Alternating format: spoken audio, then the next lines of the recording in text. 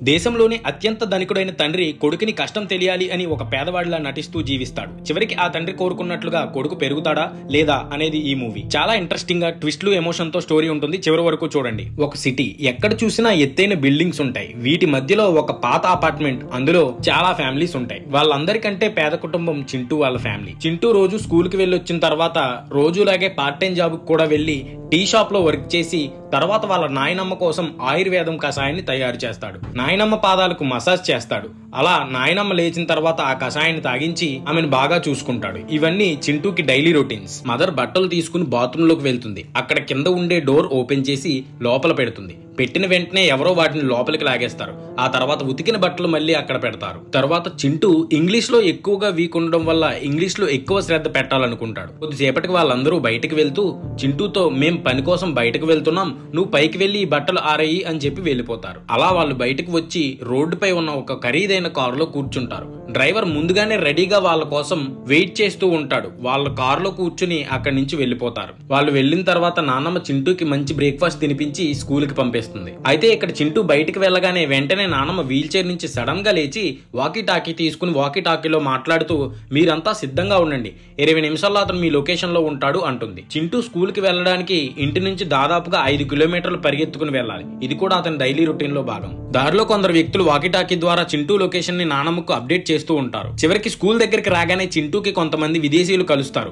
అక్కడ ఒకరి షర్ట్ లో ఉన్న మైక్ ద్వారా చింటూ మాట్లాడే మాటలన్నీ ఇక్కడ నాన్నమ్మ వింటూ ఉంటుంది. వాళ్ళు చింటూని పోస్ట్ ఆఫీస్ ఎక్కడుంది అని అడుగుతారు. చింటూ వాళ్ళకి ఇంగ్లీష్ లో సమాధానం చెప్తాడు. ఇటువైపు ఇంట్లో నాన్నమ్మ చేతిలో ఒక నోట్బుక్ ఉంటుంది. అందులో ఇలాంటివి అంటే చింటూ ఇంగ్లీష్ లో మాట్లాడే లాంటివి రాసి ఉంటాయి. అంటే చింటూ ఇంగ్లీష్ లో రోజు రోజుకి ఎంత అప్డేట్ అవుతాడు అనేది ట్రాక్ చేస్తూ ఉంటారు. ఇదంతా ఏంటంటే అసలు విషయానికి వస్తే చింటూ చిన్నప్పటి నుంచి గారాబంగా పెరుగుతూ ఉంటాడు. దీనికి కారణం ఇంట్లో ఉన్న పని వాళ్ళు కావాలనే ఓవర్ గా చింటూని అసలు ఏ లోటు లేకుండా పెంచుతూ ఉంటారు. చిన్న చిన్న విషయాలకే అంటే ఐస్ క్రీమ్ ఇవ్వలేదని, మొబైల్ ఇవ్వలేదని ఈ చింటూ ఏడుస్తూ ఉంటాడు. సో ఇవన్నీ చూసి ఫాదర్ కి చాలా భయం వేస్తుంది. చింటూ ఇలా ఉంటే రేపొద్దున్న బిజినెస్ అంతా ఎలా చూసుకుంటాడు అనుకుంటూ బాగా ఆలోచించి ఒక రోజు తన భార్యతో కలిసి అతను చిన్నప్పుడు పెరిగిన తన పాత ఇంటికి వెళ్తాడు. అక్కడ తన భార్యకు తన గతం గురించి మొత్తం చెప్తాడు. తన నానమ్మకి ఎలా ఆయుర్వేదం మందులు తయారు చేసేవాడు, ఎలా తినిపించేవాడు, తనకి ఎదురైన కష్టాలు, ఇలా మొత్తం అన్ని స్ట్రగుల్స్ చెప్పుకుంటూ వస్తాడు. అతను బాగా నమ్మేది ఏంటంటే చిన్నప్పటి నుంచి కష్టాల మధ్య బ్రతికే వాళ్ళు జీవితంలో నిలబడగలుగుతారు అని అనుకుంటాడు. అందుకే తన కొడుకు చింటూను కూడా పేదరికాన్ని అనుభవించేలా చేయాలనుకుంటాడు. అది కూడా వీళ్ళ పెంపకంలోనే. దాంతో టీచర్ ని, ఇంకా ప్రొఫెషనల్ టీచర్స్ ని, యాక్టర్స్ ని అందరినీ హైర్ చేసుకుంటాడు. ఈ పాత ఇంట్లోనే మొత్తం మాయా ప్రపంచాన్ని క్రియేట్ చేస్తాడు. చింటూకి అసలు తన తండ్రి మిలీనియర్ అనే ఒక విషయం తెలియనే తెలియదు. ఒక పేదవాడిలాగే అతను ఫీల్ అయ్యి బ్రతుకుతూ ఉంటాడు. చింటూ ఒక పేద కుటుంబం నుంచి వచ్చిన వాడిలా తనకు అనిపించాలి. తన మీద చాలా బాధ్యతలు ఉన్నట్లు ఫీల్ అవ్వాలి. ఆ బాధ్యతలు పేదరికం కష్టాలని తట్టుకుని తన నాన్నలాగే ఒక నిజాయితీ గల వ్యక్తిగా ఎదగాలని అనుకుంటాడు తండ్రి. తర్వాత చింటూ మధ్యాహ్నం స్కూల్ నుంచి బయటకు వస్తాడు. చింటూ వాళ్ళ సొంత నాన్నమ్మ కొన్ని బొమ్మలు, మంచి మంచి డ్రెస్సులు కొని తీసుకువచ్చి బయట వెయిట్ చేస్తూ ఉంటుంది. ఎందుకంటే ఆ రోజు చింటూ పుట్టినరోజు. కానీ చింటూ వాళ్ళ వైపు చూసేసరికి బాడీ గార్డ్స్ వాళ్ళని పక్కకు లాగేసి ఒక పెద్ద కారులోకి తోసేస్తారు. కారులో చింటూ వాళ్ళ ఫాదర్ కోపంతో విరుచుకుపడుతూ ఉంటాడు. ఎందుకంటే ఎంత ఖరీదైన గిఫ్ట్ తీసుకొచ్చారు అని. వాళ్ళు కూడా చాలా కోపంతో మనవడి పుట్టినరోజుకి ఖర్చు చేయడానికి కూడా మాకు హక్కు లేదా అంటారు. అప్పుడు ఫాదర్ ఇంత లగ్జరీ గిఫ్ట్లు ఇస్తే వాడికి డౌట్ వచ్చేస్తుంది అంటాడు. సో వాళ్ళని సింపుల్ గా డ్రెస్సెస్ వేసి వాళ్ళ ఇంటికి తీసుకువెళ్తాడు. ఇంటికి రాగానే చింటూకి నానమ్మ దాచిన డబ్బులు కొన్ని ఇస్తుంది. ఎందుకంటే ఆ చింటూకి ఎప్పుడు డబ్బులు, గిఫ్ట్లు ఇవ్వాలని వాళ్ళ నాన్నమ్మకి ఉంటుంది. ఆ రోజు చింటూ పుట్టినరోజు అయినా కూడా తన నానమ్మ కంటే టీచర్ అంటే ఈ వీల్ చైర్ నానమ్మనే ఎక్కువగా ఇష్టపడుతూ ఉంటాడు. ఈ విషయం అర్థం చేసుకున్న వాళ్ళ సొంత నానమ్మ ఎమోషనల్ అయిపోతుంది. ఒరే, మేము నిన్ను రాజులా పెంచాలనుకున్నావురా అలా అంటూ పాత విషయాలన్నీ గుర్తు చేస్తుంది. అప్పుడు వాళ్ళ ఫాదర్ వచ్చి విషయాన్ని డైవర్ట్ చేసి ఆమెని చింటూని వేరువేరు చేసి తీసుకువెళ్లిపోతారు. ఇదంతా చూసిన సొంత నానమ్మ కోపంతో తిట్టుకుంటూ ఉంటుంది. అంతలో ఈ వీల్ చైర్ నానమ్మ తన వాకీ టాకీ తీసుకుని టీమ్ ని పిలుస్తుంది. వాళ్ళు వచ్చి నానమ్మని బయటకు తీసుకువెళ్లిపోతారు. అయినా కూడా వాళ్ళు తెలివిగా చింటూకు కొన్ని డబ్బులు ఇచ్చేసి ఉంటారు. కానీ కొద్దిసేపటికి చింటూ ఆ డబ్బుతో ఈ వీల్ చైర్ నానమ్మకి బర్త్డే గిఫ్ట్ ఇవ్వాలని చెప్తాడు.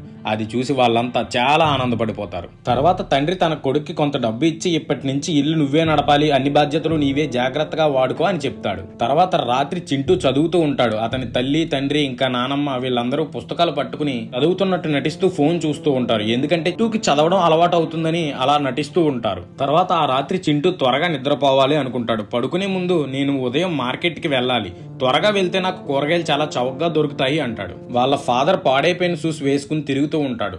నాన్న షూస్ పాడైపోయాయి కాబట్టి ఈసారి డబ్బులు ఎలాగైనా సేవ్ చేసి డాడీకి కొత్త షూస్ కొనాలి అంటాడు. ఇది విన్న వాళ్ళంతా చాలా హ్యాపీగా ఫీల్ అయిపోతారు. అప్పుడు కావాలనే ఫాదర్ నేను ఇంకా కొన్ని రోజులు ఇవే వాడాలనుకుంటున్నాను అంటాడు. తర్వాత చింటూ నిద్రపోయిన తర్వాత వాళ్ళ తల్లి తండ్రి ఇద్దరు బెడ్రూమ్ లోకి వెళ్లి డ్రెస్సింగ్ టేబుల్ వెనక రహస్యంగా ఉన్న లిఫ్ట్ ద్వారా కిందకి ఉన్న సీక్రెట్ రూమ్ లోకి వెళ్తారు. ఆ రూమ్ లో ఫాదర్ చింటూ చేసే ప్రతి పనిని గమనిస్తూ ఒక టీం ని పెట్టి ఉంటాడు. టీం మెంబర్స్ అందరూ చింటూ ప్రతి కదలికను నోట్ చేస్తూ ఉంటారు. తర్వాత చింటూ డాడీకి కొత్త షూస్ తీసుకోవాలి అని చెప్పినప్పుడు ఫాదర్ కి చాలా ఆనందం కలుగుతుంది. సో వెంటనే వీళ్ళందరికీ డబుల్ బోనస్ ప్రకటిస్తూ ఇది మన 5 ఏళ్ల కష్టానికి ఫలితం అని చెబుతాడు. చింటూలో మనం ఆశించిన లక్షణాలు కనిపిస్తున్నాయి అంటూ సో ఇప్పుడు మనం కొత్త ప్రాజెక్ట్ ఒకటి చెయ్యాలి. దాని పేరు ఏంటంటే సక్సెస్ ప్లాన్. ఈ ప్రాజెక్ట్ టార్గెట్ ఏంటంటే చింటూని ఫ్యూచర్ లో కంపెనీకి సీఈఓగా తయారు చేయాలి అంటాడు. దానికోసం వాడికి డబ్బులు ఎలా వాడాలో ఎలా మేనేజ్ చేయాలో మొత్తం నేర్పించాలని నిర్ణయిస్తాడు.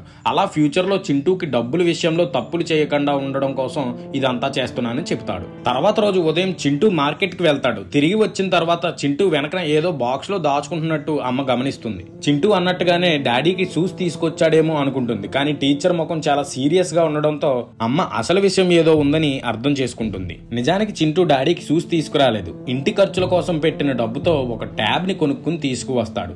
దాన్ని బాత్రూమ్ లో పెట్టి అప్పుడప్పుడు అక్కడికి వెళ్లి గేమ్స్ ఆడుతూ ఉంటాడు. ఈ విషయం తెలిసిన ఇంట్లో వాళ్ళందరూ టెన్షన్ ఫీల్ అవుతూ ఉంటారు. రాత్రికి వెళ్లి CCTV hidden camera footage check చేస్తే గానీ అసలు విషయం బయటపడదు. చింటూ కొన్న ట్యాబ్ కి 7 రోజులు రిటర్న్ పాలసీ ఉందన్న విషయం తెలుస్తుంది. అంటే వాడు గేమ్స్ ఆడి తిరిగి 7 రోజుల తర్వాత ఇచ్చే ప్లాన్ చేస్తున్నాడని. ఇది విన్న అందరూ ఏం బ్రిలియంట్ ప్లాన్ చేసావు అంటూ చింటూని చాలా తెలివైన వాడిగా మెచ్చుకుంటారు. తర్వాత రోజు ఫాదర్ కొన్ని రోజులు బయటికి పనుండి వెళ్తున్నానని కష్టపడాల్సి వస్తుందని ఈలోగా నువ్వే మీ అమ్మని నానమ్మని చూసుకోవాలి అంటాడు. అలా చెప్పి బాధపడుతున్నట్టుగా నటిస్తూ ఇంటి నుంచి వెళ్లిపోతాడు. వెళ్తూ కావాలనే తన షూ హీల్ ని ఊడిపోయేలా చేస్తాడు. అది చూసి చింటూ చాలా బాధపడిపోతాడు. ఇది ఎలా ఉంటే తర్వాత రోజు వచ్చి అదే ట్యాబ్ తీసుకుని బాత్రూమ్ లోకి వెళ్లి దాక్కుని ఎవ్వరూ లేని టైం చూసి గేమ్స్ ఆడుకుంటూ ఉంటాడు. కానీ 7వ రోజు వచ్చేసరికి తిరిగి ఇచ్చేయడానికి ట్యాబ్ తీసుకుని షాప్ కి వెళ్తాడు. అక్కడ షాప్ వాళ్ళు ఇది నీటిలో పడిపోయింది, మేము రిటర్న్ తీసుకోము అంటారు. ఇది విని చింటూ బోరని ఏడుస్తాడు, బ్రతిమలాడుకుంటాడు. కానీ షాప్ ఓనర్ పోలీసులకు కాల్ చేస్తానని బెదిరించేసరికి చింటూ అక్కడి నుంచి వెళ్లిపోతాడు. ఇప్పుడు చింటూ బాధతో ఇంటికి తిరిగి వస్తాడు. తన ఇంటికి వాడాల్సిన డబ్బంతా ఆ ట్యాబ్ కి ఖర్చు చేసి ఉంటాడు. అయినా కూడా ఇంటికి వచ్చాక అసలు విషయం చెప్పడు. తన తప్పు అర్థమయ్యేలా చేయడానికి వాళ్ళ నానమ్మ ఒక నాటకం ఆడుతుంది. అమ్మ దగ్గర టాబ్లెట్స్ అయిపోయాయి, తన ఆరోగ్యం బాలేదు, నోట్లో నుంచి రక్తం కూడా వస్తుందని నటిస్తుంది. ఇది చూసిన చింటూ ఏడుస్తూ రేపే నీకు టాబ్లెట్స్ తీసుకొస్తాను అంటాడు. తర్వాత రోజు చింటూ స్కూల్ కి వెళ్తాడు. కానీ స్కూల్ అయిపోయాక త్వరగా ఇంటికి రాడు. ఎందుకంటే టీ షాప్ లో ఓవర్ టైం చేస్తూ ఉంటాడు. సరిగ్గా అదే టైంకి చింటూ స్కూల్ ఫ్రెండ్స్ అతన్ని చూసి నవ్వుతూ ఎగతాళి చేస్తూ కామెంట్ చేస్తూ ఉంటారు. అయినా కూడా చింటూ తన పని తను చేసుకుంటూ ఉంటాడు. ఎందుకంటే ఓవర్ టైం తో కొంచెం డబ్బు వస్తుంది. ముఖ్యంగా తన నానమ్మ టాబ్లెట్స్ కోసం డబ్బు సంపాదించాలని తన మెయిన్ ఉద్దేశం. అయితే ఈ మొత్తం సీన్ ఒక లైవ్ లో తన సీక్రెట్ కంట్రోల్ రూమ్ లో అతని తల్లి తండ్రి ఇంకా వాళ్ళ టీం అంతా చూస్తూ ఉంటారు. అందరూ చింటూని చూసి షాక్ అయిపోయి గుడ్ అనుకుంటే వాళ్ళ తల్లి మాత్రం కోపంతో బాధతో వాడు సెల్ఫ్ రెస్పెక్ట్ కోల్పోతున్నాడని బాధపడుతుంది. అప్పుడు ఫాదర్ ఆత్మగౌరవం గురించి మాట్లాడుకోకూడదు, చింటూ ట్యాబ్ కోసం మొత్తం డబ్బును ఖర్చు చేసేశాడు, అలా ఖర్చు పెట్టి పెద్ద తప్పు చేసేశాడు. అలాంటి తప్పు బిజినెస్ లో చేయకూడదనే నేను ఆ ట్యాబ్ ని నీళ్ళల్లో నానబెట్టేశాను, అలా చెడిపోయేలా చేశాను. పెద్ద పెద్ద కంపెనీలు కూడా ఎన్నోసార్లు ఎన్నో రకాలుగా ఇబ్బందులు పడుతూ ఉంటారు. ఇప్పుడు చింటూ పడుతున్న ఈ కష్టం అదే తన రేపటి బిజినెస్ మ్యాన్ గా తయారు చేస్తుంది అంటాడు. దీని ద్వారా పడిపోయినా కూడా మళ్ళీ లేచే శక్తి అతనికి వస్తుంది అంటాడు. ఆ మాటలు విన్న చింటూ తల్లి కొంచెం శాంతిస్తుంది. అయితే అప్పుడే స్క్రీన్ పైన చూస్తున్నప్పుడు చింటూ షాప్ క్లోజ్ చేసి బయటకు వచ్చేటప్పుడు షాప్ కౌంటర్ దగ్గర డబ్బులు అలాగే ఓపెన్ గా ఉండడం చూస్తాడు. చింటూ ఏం చేస్తాడో చూద్దామని అందరూ వెయిట్ చేస్తూ ఉంటారు. వాళ్ళు చూస్తుండగానే చింటూ ఆ డబ్బుల దగ్గరికి వెళ్తాడు. కానీ ఆ డబ్బులు దొంగతనం చేయడానికి కాదు, ఆ గల్లా పెట్టిన సర్ది దాన్ని క్లోజ్ చేసేస్తాడు. ఇది చూసిన కంట్రోల్ రూమ్ లో అందరూ ఎమోషనల్ అయిపోతారు. చప్పట్లు కొడుతూ చింటూని పొగుడుతూ ఉంటారు. చింటూ తల్లిదండ్రులు ఇద్దరు కన్నీళ్లు పెట్టుకుంటూ ఇంటికి వచ్చిన తర్వాత చింటూని తల్లి బాగా తిడుతుంది. ఎందుకంటే ఇంట్లో వాడాల్సిన డబ్బుని ట్యాబ్ కోసం వాడేశాడని. కొన్ని రోజులు గడిచాయి. చింటూ రోజు 5 కిలోమీటర్లు పరిగెట్టి స్కూల్ కి వెళ్లడం వల్ల ఫిట్ అయిపోతాడు. పరిగెత్తడం మీద ఇంట్రెస్ట్ బాగా పెరుగుతుంది. దాంతో పాటు మంచి రిజల్ట్స్ కూడా ఇవ్వడం మొదలు పెడతాడు. అతన్ని గమనించిన ఒక పేరున్న కోచ్ చాలా ఇంప్రెస్ అయిపోతాడు. ఇతను పిల్లలకి లాంగ్ రన్ ట్రైనింగ్ ఇస్తూ ఉంటాడు. మరి ఇక్కడే అసలైన ట్విస్ట్ కూడా ఉండబోతుంది. ఒక రోజు అతన్ని చింటూని తన స్పోర్ట్స్ అకాడమీలో జాయిన్ చేయమని అడగడానికి వీళ్ళ ఇంటికి వస్తాడు. చింటూ మోకంలో కూడా స్పోర్ట్స్ మీద చాలా ఇంట్రెస్ట్ ఉందని వీళ్ళ తల్లిదండ్రులకు అర్థమవుతుంది. మరి వాళ్ళ నాన్నకు కావాల్సినట్టుగా బిజినెస్ స్కూల్లో చదివి వాళ్ళ కంపెనీకి CEO అవుతాడా లేదా తనకి ఇష్టమైన స్పోర్ట్స్ మార్గాన్ని ఎంచుకుంటాడా అనేది పార్ట్ 2 లో చూద్దాం. పార్ట్ 2 అయితే ఇంకా ఇంట్రెస్టింగ్ గా ఉంటుంది, అది ఖచ్చితంగా చూడండి. మరి మేము తీసిన ఈ సినిమా మీకు నచ్చినట్టయితే ఖచ్చితంగా లైక్ చేసి కామెంట్ చేసి సబ్స్క్రైబ్ చేసుకోండి. ఈ వీడియో 10 మందికి రీచ్ అవుతుంది. Thanks for watching. నెక్స్ట్ వీడియోలో కలుసుకుందాం. బాయ్.